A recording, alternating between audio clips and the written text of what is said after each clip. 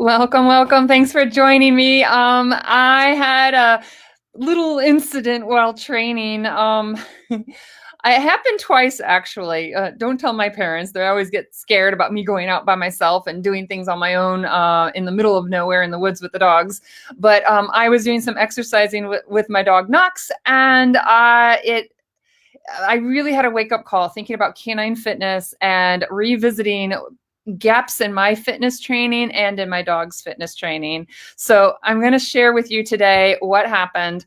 I'm going to be connecting it to canine fitness. More specifically, we're going to be talking about balance and stability. And this is really helpful when we think about our senior dogs, as we're wanting to keep them mobile, athletic, and just growing old gracefully. In the title here, I mentioned the canine athlete, but senior dogs most definitely will benefit from this. Pet dogs also, but also I was thinking about, I'm going to talk and give examples of different sports. So thank you for joining me. Before I dive in, we're going to give a few minutes as people are joining us. Let me just give you a quick introduction. I'm going to dive into my story. But if this is your first time, my name is Erica Bowling, and I'm the owner and founder of Northeast Canine Conditioning. I love helping people take their sport dogs and working dogs and turning them into elite canine athletes, but also helping the senior dogs, helping them stay fit, and also our pet dogs. And on the screen here, you can see, if you want to learn more, whenever we're done, after I'm done sharing my story, but I have a short little quiz. It's called the Canine Fitness Quiz, if you want to test your own little canine fitness knowledge. So again, thank you for joining me. So I'm going to start by, let me tell you a little bit of my story. And I'm going to connect it all to fitness, to my fitness and my dog's fitness, but it was a real wake-up call. So what happened was I do a sport called Canicross. And here, I know it's not common in the United States. It's more popular over in Europe. It's Canicross, and I just pulled up a Wikipedia page if you want to look in the comment section.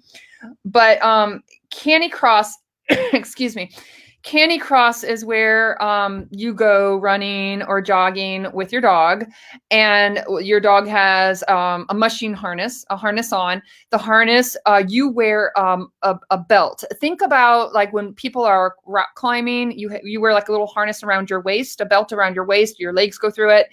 And what happens is the dog is attached to a harness. There's a line connecting the harness to you. And you're not holding it. It is connected around your waist, but the belt, the Canicross belt, sits really low on your waist. And so when the dog is running and your dog is pulling you at the same time. So I love, love, love Canicross. I absolutely love it because number one, you're not, I love it because it's the partnership, you are doing it with your dog. It's just a completely different feel than running by yourself or running with your dog next to you. So I just love the feel of it, how you're connected with your dog. I have a herniated discs in my lower back. I love Canicross because my hands are free. My dog is attached through a line, but my hands are free. And so I'm more balanced when I'm running. I also like Canicross because it combines cardio and resistance training. My dog is running, building cardio, and he's pulling me. So we're getting some strength training and cardio at the same time. I also like it because I'm getting cardio, so I'm exercising with my dog, and so I don't have to go to the gym later in the day. I'm killing two birds with one stone. We're getting it all done together. And also, has anybody here done Canicross? I know I've introduced it to a number of people, but if you do it, let me know what you like about it. The other thing that I love about Canicross is you run faster. Let's say if I normally run, I don't know, a 10-minute mile easily, I can easily do a 9-minute mile or faster. So you really can shave off time on your running, and you run faster. So it's a great feeling. You get a little push along the way. So there's a lot of reasons why I like Canicross. So here's what happened. Okay, this happened a couple of weeks ago.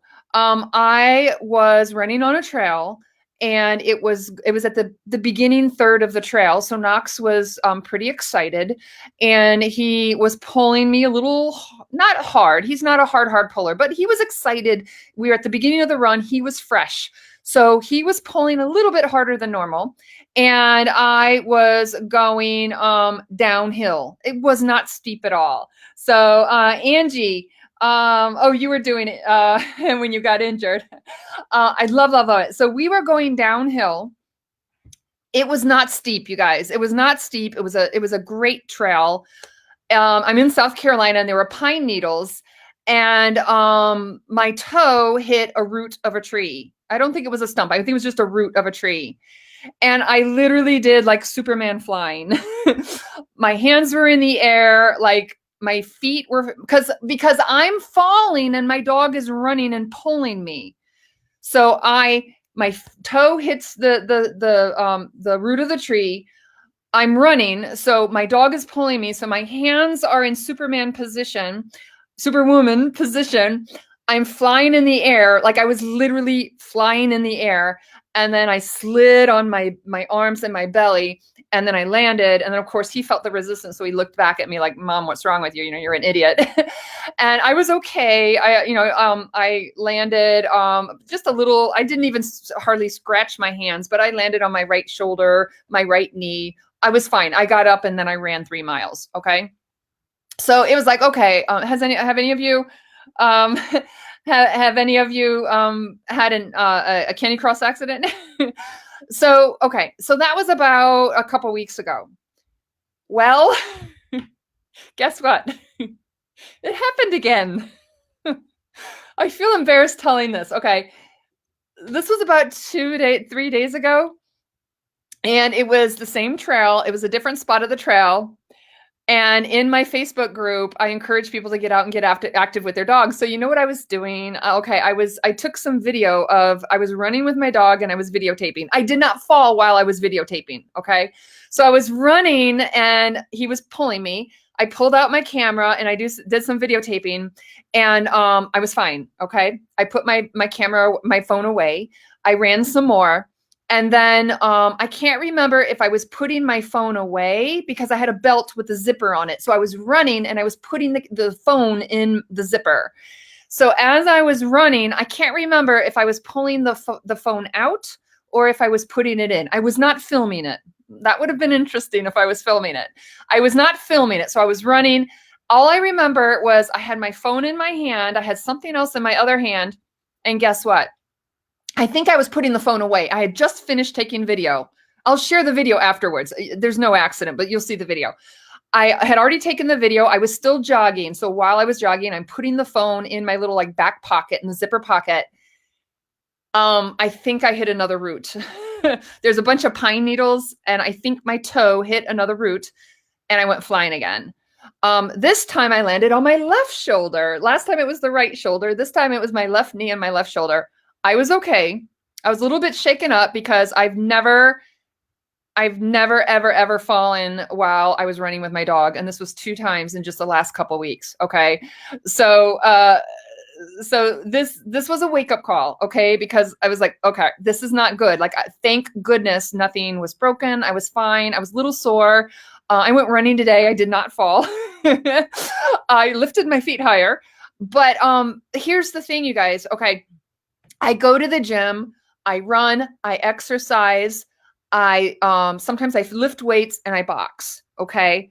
I've got strong leg muscles, I've got excellent cardio, and even the gym, like my boxing coaches and the young guys in the gym, they're like, I've got better stamina than a lot of them. I've got really good cardio stamina. I've got good upper body strength because I box. I run a lot. I got good lower body strength, but you know what was missing? So I got some slides for you. Yeah. Thank you, Christina. Angie says it happens a lot. Don't feel bad. It took you a long time how to manage the stopping. So here, let me, and yeah, I've only told a couple people, like 2 people, that I was like, oh my God, I can't believe I fell again. So this is, okay, here it is balance. So I'm in the gym. I exercise multiple times a week. I do strength training. I box. I run. You know what I'm ignoring? I do not have a focus fitness program where I explicit focus on balance and quickness. The ladder drills you see people in the gym or the boxers. You have a little ladder on the ground, the rope ladder, and you run through it really, really fast, and you go feet in and feet out and feet in. I used to do this when one of my personal trainers, one of my coaches. I have not been. I used to do some of the more agility, quick feet movements. In the boxing ring, I'm not that quick, but I used to do little agility drills. One of my boxing coaches, in New Jersey, he would make me do these little agility drills and balance drills. And my balance is not good, like standing on one foot and standing on a Bosu ball and boxing while you're balancing and standing. He would laugh at me. So I have not trained with him since I moved to South Carolina, and I have not been keeping up with any of the quickness activities. I have not been focusing on balance exercises. And so here's the thing. I can't help but wonder if I had been quicker on my feet, if I had better balance. You know how many times there's been a lot of near falls where I tripped and I caught myself. And these 2 times I did not catch myself. And I can't help but wonder if I had more focus and was doing balance activities and quickness, agility drills, I'm guessing I could have possibly saved myself and not have fallen. So this was a wake-up call to me, my holes in my fitness program. Here, let me enlarge this so you can, I'm going to show you some slides because I'm going to pull some stuff. So Christina said, good point. Core strength and balance is looked over by the majority. Yeah. So here's exactly, Christina. This I had ever since my second fall. The first fall, you think it's a fluke. The second fall, in less than 10 days, I think, or a week or 2 weeks, like that's a wake up. I was like, oh my gosh, all right, this is not good. So exactly this, Christina, I'm guilty of this. Normally when we are talking about our fitness, our dog's fitness and our own fitness, what do we talk about? We talk about cardio, running, strength training, maybe stretching. How many of you here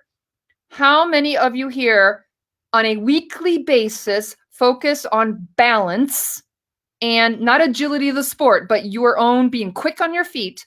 How many of you focus on that for yourself and your dogs? I'm guilty. Obviously, I'm not good enough. I've been falling.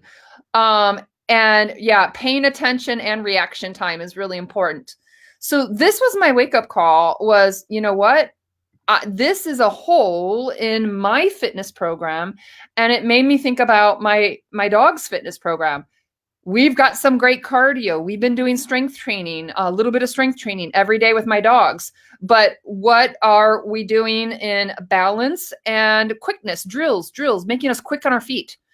And yeah, this was a wake-up call because I was like, this is a hole.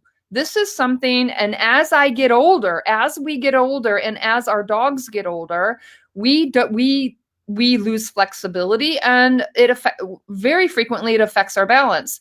So as I mentioned earlier, not only is this important for our sport dogs, but think about as we age and as our dogs get older, as we get older, I'm not as quick in my feet and I am not as balanced as I am now as, say, when I was 20 years old.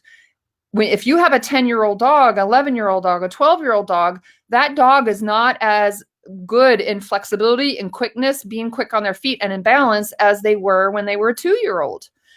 And so a huge wake-up call, like, hello, I'm guilty of this. I've been ignoring this and not putting enough focus or any focus on my own training and my dogs. And especially I have one dog is 7 and my other dog, he's about 10 and a half. And they both can benefit this. So I'm going to talk about specific sports and activities and why this is so important. But let me just give you a couple definitions here so that we're kind of on the same page. Angie says you use different shoes for the Canny Cross. Yeah, I had my trail shoes. The other ones slip. I actually bought shoes specifically for this. But balance. So we're going to talk about dynamic balance is the ability to move and change direction under various conditions, running on uneven surfaces, which I was doing without falling or tripping, Dynamic balance is strongly influenced by other neuromuscular skills such as speed, endurance, flexibility, and strength. So I've got some good strength. My flexibility is so-so. My endurance is good. I'm not very fast. My balance sucks. And so this is something I need to work on, and I need to revisit this and work on this with my dogs, especially my older dog. So let me give you another thing here. Poor balance is associated with risk of injury. So let me give you another example. I used to train at a baseball field. It was a soccer field in New Jersey, and the parking lot was a fallen telephone pole. So they would have the telephone poles marking the parking lot. And I would have Knox jump on my dog Knox jump on the telephone pole and sit, stand, walk forwards and walk backwards. So with Knox, he was doing French ring, he was doing detection work, he was doing cardio work. I had not been doing focused balance training. I put him on that fallen telephone pole. His balance was horrible. And I just assumed, because he was so fit and athletic, and because we do all these activities, I just assumed he had good balance, and he didn't. And so balance, and I did this when he was about, the first time I did this, I mean, he wasn't that old. He was a mature, he was in his peak. He probably was in his prime, around 5 years old. So this is important, not just for your senior dogs, but it's also important. It's for all age levels, but for sport dogs, working dogs, it's going to be important to help prevent injuries. Dogs that do high impact activities, speed, fast activities, activities with twisting and turning, and senior dogs. This is also highly, highly important for the senior dogs. So with that said, let me give you just 2 more slides, and then we're going to look at some photos of different dogs doing different sports. So when we talk about this is an important concept. You might have heard of this before, is proprioception. And proprioception is the sense through which we perceive the position and movement of our body in space, our position and our movement of our body, including our sense of equilibrium and balance, senses that depend on the notion of force. So it's just as important for our dogs as it is for us to, and like I said, this was a wake-up call. This was like, oh my gosh, like I talk about strength and I talk about cardio and aerobic and anaerobic and flexibility. I have not done a Facebook Live on balance. And so this is why we're talking about it today. So I encourage you to kind of learn from what I've been through and revisit, look at your own exercise program. Look at, especially if you do sports, if you do high speed things. Right now in the US, it's some people are doing snow skiing, downhill snow skiing, which is fast.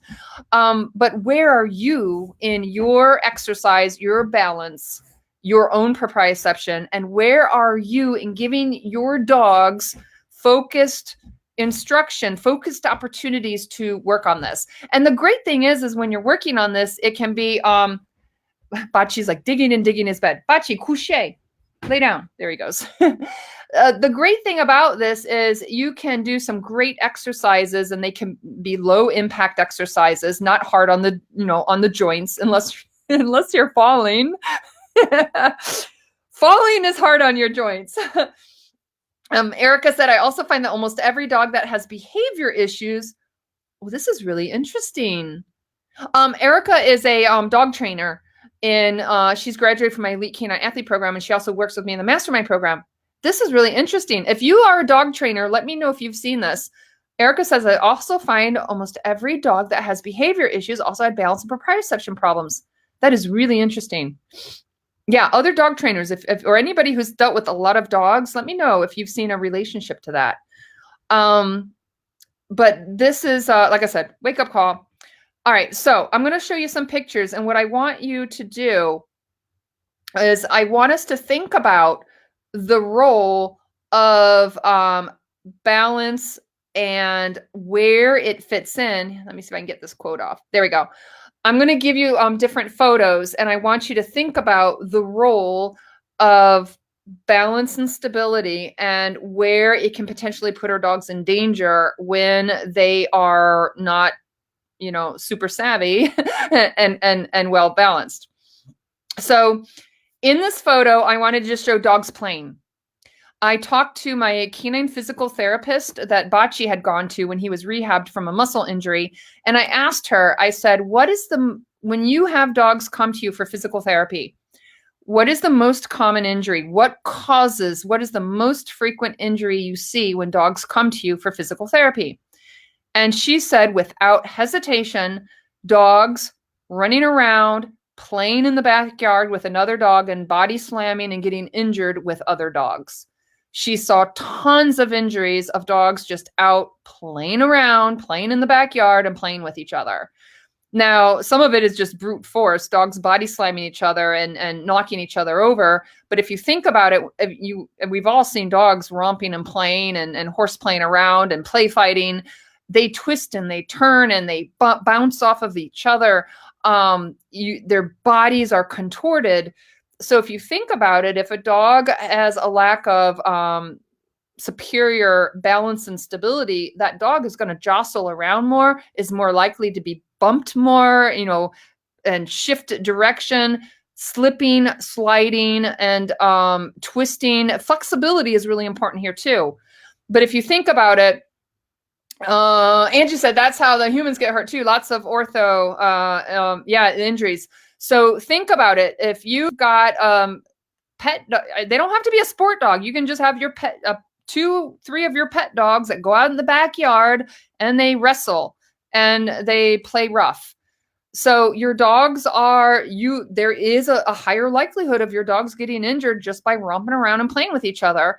And the more balance and stability, the more body awareness they have, they're going to manage this play better, right? So that is one example. Let me give you a couple other examples.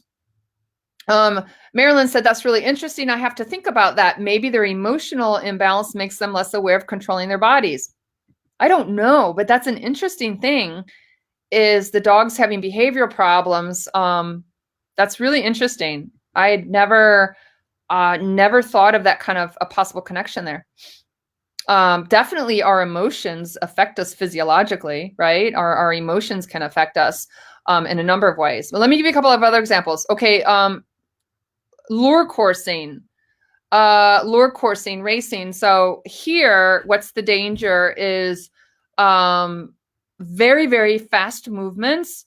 And if they're doing not twists and turns, but they're a change of direction, right? So they're chasing and then they're making a left-hand turn, they're making a right-hand turn. The dogs are going really, really fast. They're doing quick change of direction. Some dogs will actually, go and cut off the corner. They're going to anticipate, where that, rabbit's going to go, and they're going to cut a corner and they're going to quickly change direction and do a sharp turn.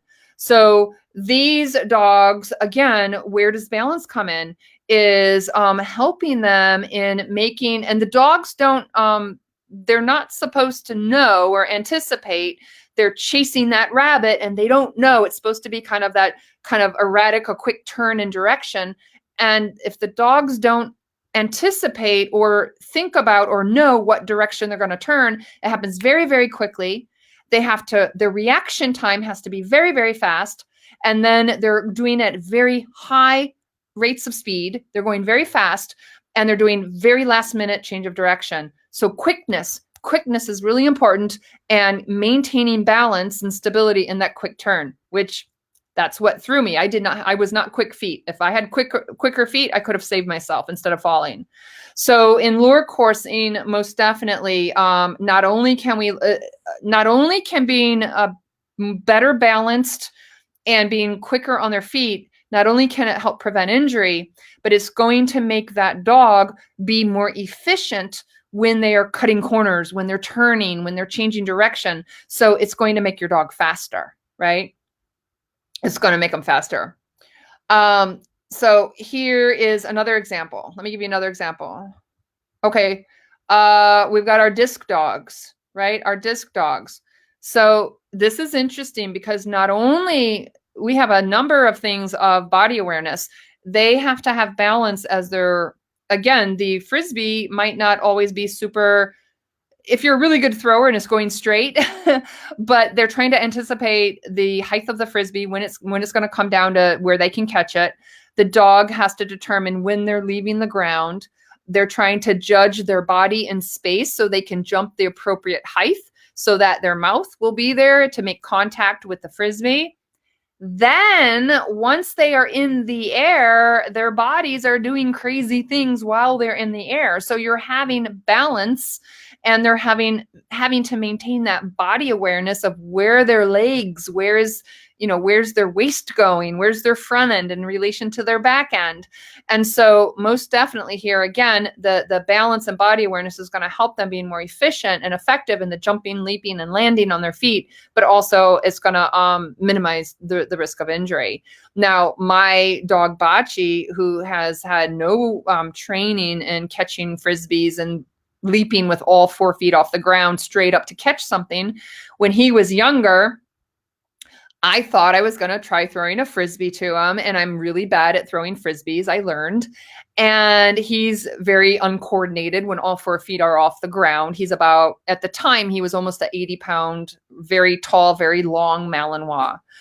And so here I threw the frisbee. I didn't throw it well. It was too high in the air. He is a very large, in the air, he is not coordinated in the air. So when he leapt up and all 4 feet came off the ground, he was very, very unbalanced. And he came down, straight down. His legs kind of collapsed underneath him. I had a mini heart attack. I thought he was injured. He was fine, but it scared the mess out of me. But that's an example of a dog, leaping in the air with 4 feet, and he had like zero awareness of where his body was in the air. So, so that's another example of, how from the running, the controlling the rate of the speed that they're going, when they leave off the ground. And a lot of times when they're jumping, their body on the ground, they're going to be in a different position. It's not all straight. And then while they're in the air, catching in the air and landing, you have a whole lot of body awareness happening there. Hopefully, hopefully a lot of body awareness so that they're doing it well. So, yeah, Angie, you said the dogs, the behavior problems, they may have some pain, and they may have chronic pain, from the, I don't know if you're talking about the play dogs or if you're talking about the behavior problems, but that was an interesting concept. So I have a couple more photos. Let me give you a couple more sports here. So my aha, I'm hoping it was a real enlightening moment for me. So I'm hoping that my falling was enlightening for you, so that by my sharing this, you're kind of going, gosh, yeah, maybe I need to focus more on this for my dogs and myself. All right, here's another one. This is just plain old fetch, playing in the yard. This is one of the things that I don't like your ball crazy dogs chasing a bouncing ball, is because it's the unpredictable movements, and the dog has to be very, very skilled, especially a really high drive, very, very fast dog with crazy ball drive. When that ball is bouncing around off the ground in the air, those dogs that are really, really fast, they have to be really good on their feet, have good balance, good stability, good body awareness, or else it's really easy for them to get hurt chasing a bouncing ball. Bachi, remember I told you about the dog that has trouble leaping in the air for the frisbee? Okay, the same dog, Bachi. He's not very coordinated when he chases a ball, but he doesn't chase balls anymore because it's dangerous for him.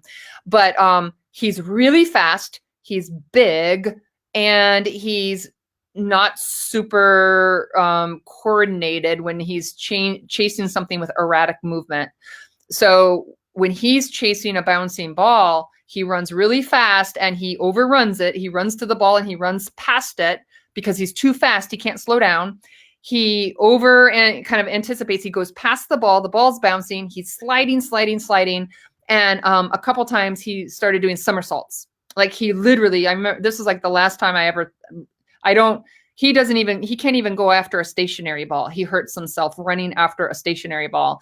But one of the last times I ever had a bouncing ball with him, he ran past it. He missed it. He tried to turn. He literally did somersault after somersault, just trying to chase a ball. So So it's prime. It's a prime area for a dog to get hurt. I've known dogs that have blown discs in their back. I've known dogs to get paralyzed because of injuries chasing a bouncing ball. But even if you're not having a bouncing ball, even if you have a dog that's really fast and really driven, even just chasing, this is not a ball. It looks like one of those little Wubba toys. But even if they're just chasing something and then it's stationary on the ground, they still have to control their bodies slowing down in the direction of, the dog's like sliding by. You can see in this photo here, the dog's face is not directly in line with the shoulders and the spine. So the dog is sliding into that. His shoulder is shifting to the side, and then his head is turned just a little bit. So he's already kind of running a little bit too fast and beyond. And so now we're sliding and we're twisted. We got a little bit of a twist in the body. And so again, if you have a dog with bad balance or not so good balance and not very good stability or strength, something as basic as just running to grab something sitting on the ground can stress and strain the neck, the shoulders, the pasterns, the wrist part of the dog. So those things are important. I think I have 2 more photos. Let me see if I actually have Knox in a photo. Okay, so here's another one is protection sports, police dogs, military working dogs that do the bite work. So what's happening here is they are running really fast. Usually these dogs are super, super fast. So they are running at super high speeds. And they are approaching the decoy, and depending on the person who's running, some of them may be very quick in changing direction. Some of them aren't very quick in changing direction, but the decoy is running and the dog is running. So you got 2 things moving quickly, and they're not necessarily moving together. So the dog is launching himself in the air, and not only does he have to manage the launch in the air and then the impact, but now he's also targeting his mouth. So oh my gosh, you've got so many possibilities of areas of injury here for any quick, unexpected, sudden movements or a bad launch in the air, or a poor movement, or not even poor, could just be an unexpected movement by the decoy unintentionally. So here, if you look at the picture, so you've got the dog here, the man is running away from the dog. So the dog, usually when the dogs are doing in this kind of an activity, the dog is normally running straight and is leaping straight. So the dog starts to launch itself in the air. A lot of times when they're leaving the ground, they're pretty straight. But normally what's happening is the decoy is not running a perfectly straight line. Or the decoy's running and maybe his arm is out and maybe the dog is going to target the arm. And so what happens is they may leave the ground and they're pretty straight, but then they're in the air and their body can be going, different parts of their body are going in different directions. And so if you look at this, depending, not only are we looking at, I'm pointing to my computer screen like you can see me on my screen, but in this picture here, not only do we have the dog's movements going forward, but we're also looking at, you have potential contact between, it looks like the bottom legs of the dogs, the hind legs of the dogs are potentially touching the decoy. Most definitely here, his mouth is touching the decoy. You have then, upon impact, you have the pressure going up through the spine and the neck. Potentially, you're going to see his the dog's shoulders making more impact with the decoy.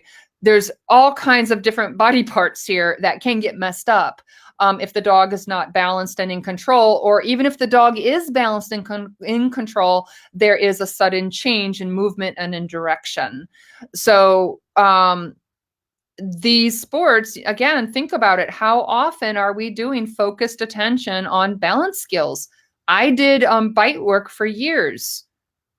I never, ever, ever saw people focusing on specific agility and balance exercises. It was like bite, bite, bite, run and bite, and obedience. That was all the training was: run fast, drag in a harness, go bite.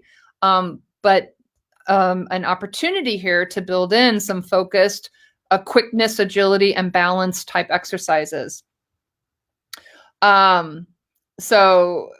Angie said, Angie said here, let me see if I can pull this up. Angie said, and this is in training where things are more structured. Very good point. So she said, and this is in training where the things are more structured. Imagine where the dog goes through in real life with a suspect who will be moving differently and erratically, most definitely. Good, excellent point. So even in a training situation where things are structured, in Mondio ring and ring sport, the decoy, there's certain moves the decoy is not allowed to do. And so there are restrictions in the sport in what the decoy is allowed to do and how the decoy is allowed to run. And you're exactly right, Angie, is when we look at a police dog, a patrol dog, military working dog, that suspect is probably going to be much more erratic than what we're going to see in a sport training situation, right? Good point. Angie says, what about agility trainers? Do they condition the dog? Angie, some do and some don't. And some condition, I would say the majority of people, when they're conditioning with their sport dogs, is their conditioning is sport specific and they're ignoring other areas. So they are doing agility, but they're doing a certain type of agility training, sport specific. And so this speaks to the need of having a well-rounded program.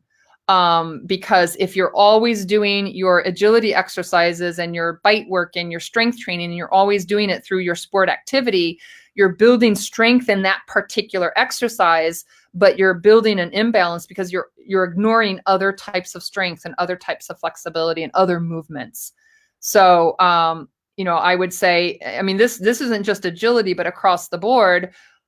Some people, they just do their sport and that's it, and they do no additional fitness training. Their training is their sport. And what's happening is you're building an imbalance in your dog because you're only doing the same types of things over and over. You're building imbalance, which sets them up for injury. Some people train in their sport and they do add additional fitness to that. I would say that's a smaller few that do the sport and focus train fitness.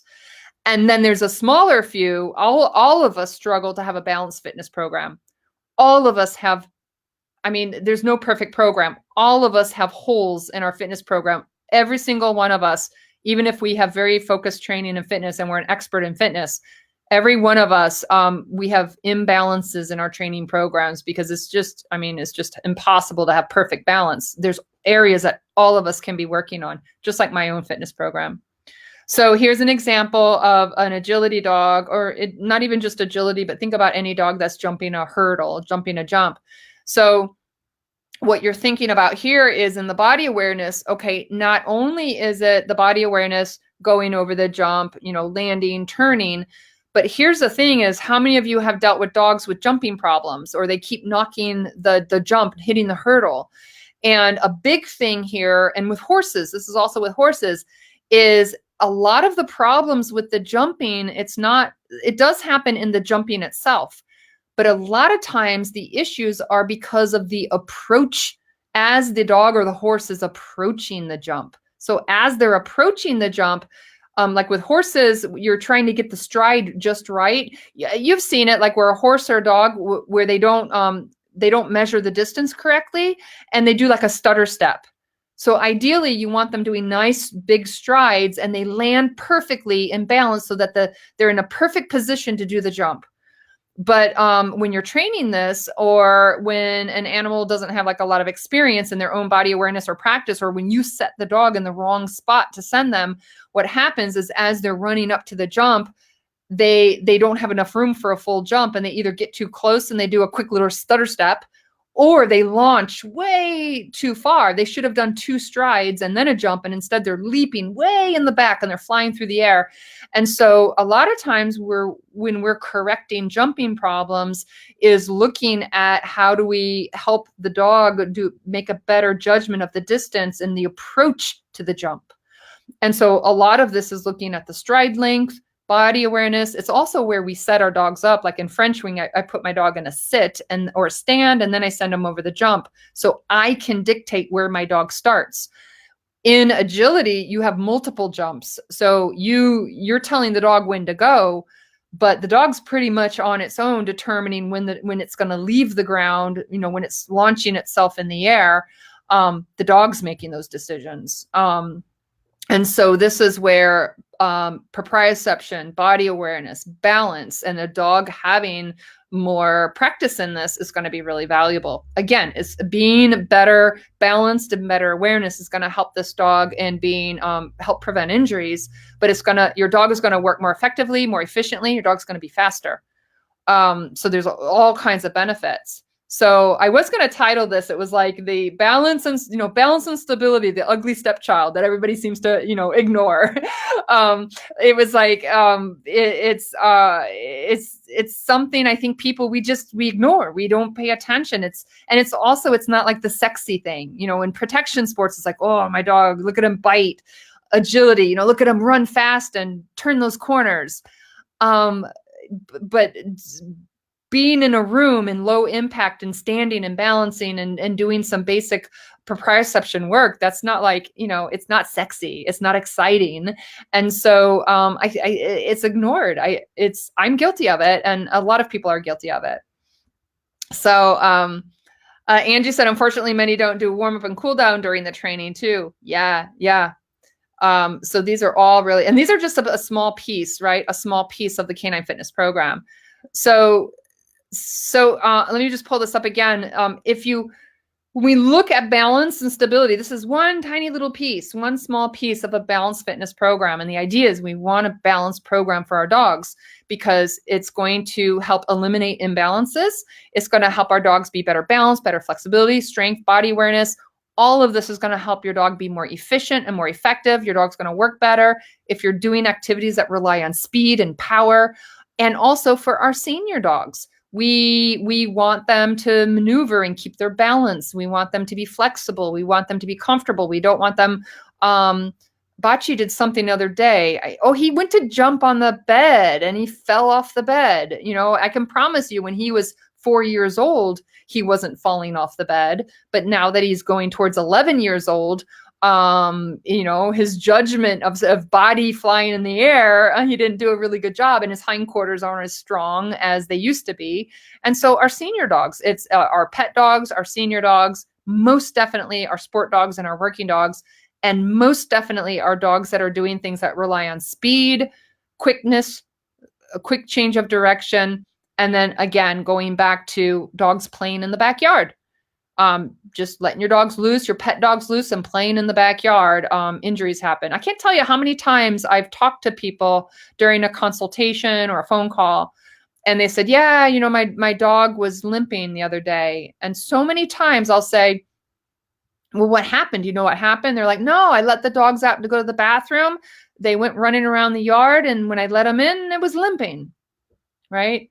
So, it is an important thing. And like I said, my wake up call was, tripping twice and realizing that I'm not doing focused emphasis in my training for my own quickness and body awareness. And like I said, I can't help but wonder if I had kept up with those exercises, could I have saved myself? Would I have been faster? My reaction time, would I have been faster to save myself and not fallen? And then it made me think of my senior dog, my 10.5-year-old dog. And, I see him trip more. I see him slip. The other day he was in the kitchen and his hind foot slipped out from under him. So it makes me think about him. And I'm like, wait a minute, you've been doing strength training. I've been doing cardio with him. I've been doing a little bit of agility with Cavaletti, but I think I need to up the ante here. So if you want to know more about a balanced canine fitness program, this is just a short little kind of like a little self-assessment quiz. It's the Canine Fitness Quiz, the letter K, the number 9, fitnessquiz.com. And it gives you a lot of other questions to ask yourself and think about your own knowledge and what are you doing with your dogs to get you a more rounded picture of what's involved in keeping our dogs healthy and fit and having a balanced fitness program. When you do it, the results will be emailed to you and they're categorized. They have different categories. So it's fun to see which categories are you strong in and which categories are you not so strong in. And if you do that, you could qualify for a complimentary a one-on-one, a virtual or telephone chat with me, and we can talk about your dog's training program, fitness program, areas that you think you might be missing. But take the Canine Fitness Quiz if you haven't done it yet. So Angie said, I worry about your large German Shepherd and bite work because he hit so hard. Yeah, it's a concern. And when I do the bite work, it's the same. Yeah. So that's what I had for you guys today. Those were my stories. I hope I don't do any falling soon because I'm really lucky. I'm really lucky. I just had a couple little bruises and nothing major. And I really don't want to keep falling. I know when I start snow skiing, if I want to touch my dog, that's going to be a whole nother story. But I hope that this was a little bit of an eye opener for you, and hopefully it's helping you think a little bit more critically about your dog's fitness programs and what might be missing from whether they're young dogs, sport dogs, senior dogs. And hopefully it might be making you a little bit reflective on your own health and fitness. And if you're like me, as you're getting older and you're feeling you're not as flexible, you're not as quick, and you're not as fast as you used to be, as you get older, our dogs and us, I really think the benefits of fitness, I think as we get older and as our dogs get older, we reap the benefits more so. So when your dog retires, don't just ignore it. When your dog retires and your dog's getting older, your dog needs fitness and a fitness program and needs strength and cardio and body awareness even more so than when your dog was young. So yeah, Angie said, thanks, be careful. I'm trying. Christina said, thank you for the topic. You might challenge yourself with your dogs and doing more balance. Yeah, once I get up to my house in Maine, I'm going to get some equipment. I'm going to get one of the Bosu balls where you stand and balance it and stuff. I can use it with my dogs too. But I'm going to get back to my jump rope. I did notice when I was doing a lot of jump rope, I was getting a little more quick on my feet, but I do a little bit of sideways jumping. But I think I'm going to pick up my jump roping. And once I move to Maine, I'm going to get some equipment that I can put in my basement and work on it for my dogs. But also I want to work on and in the gym. I'm going to do it in the gym too. But I want to work on more quickness, agility, and I know my balance is not good. I need to work on my balance. And as I get older, my balance is going to keep getting worse unless I work on it. So this was a huge wake-up call. And one of the biggest things for injuries and even death for senior citizens is falling. As we get older, and then you look at your bones are more brittle and broken hips and things like that. So like I said, it was a real wake-up call for me for my dog's fitness and for my own fitness. And like I said, I work out a lot. I'm in the gym, I exercise and run and work out in the gym like 4 times a week. But it made me realize I've got things that I need to do a better job. So, all right, you guys, thank you for joining me. Take this quiz if you haven't done it. And I really appreciate you sharing the comments and questions. If I missed your comments or questions, I will go back. If you're watching the video replay, feel free to share this with others if it was a little bit of an eye-opener for you. And just a quick reminder that I am here every Friday, 8:30 p.m. Eastern time on my Northeast Canine Conditioning Facebook page. And I already mapped out 3 months worth of topics. This is the first topic. I've got a series of different types. Just to give you a little sneak peek, I am renewing my personal trainer certification. I had it years ago and I'm renewing it. And it's really reminding me, I'm learning a lot of new stuff, revisiting old stuff. And it's kind of spiced up some of the topics and things I'm going to be covering over the next couple months. So I have a whole plan, all different canine fitness topics planned between now. I have them planned all the way up through the end of March. So come catch me on Fridays, 8:30 p.m. Eastern time. So, all right, you guys, I'm logging off. Thank you so much for sharing and coming. If you go out and try some quickness and balance activities, either you and or your dog, let us know what you're doing. And be safe out there. This stuff sneaks up on you. You don't even realize it. And simple things, who would have thought? And it looked like a beautiful day. And I go Superman, Superwoman flying down the trail. All right, I'll talk to you later. Thanks for joining. And again, Friday, 8:30 p.m. Eastern time. Talk to you soon. Bye-bye for now.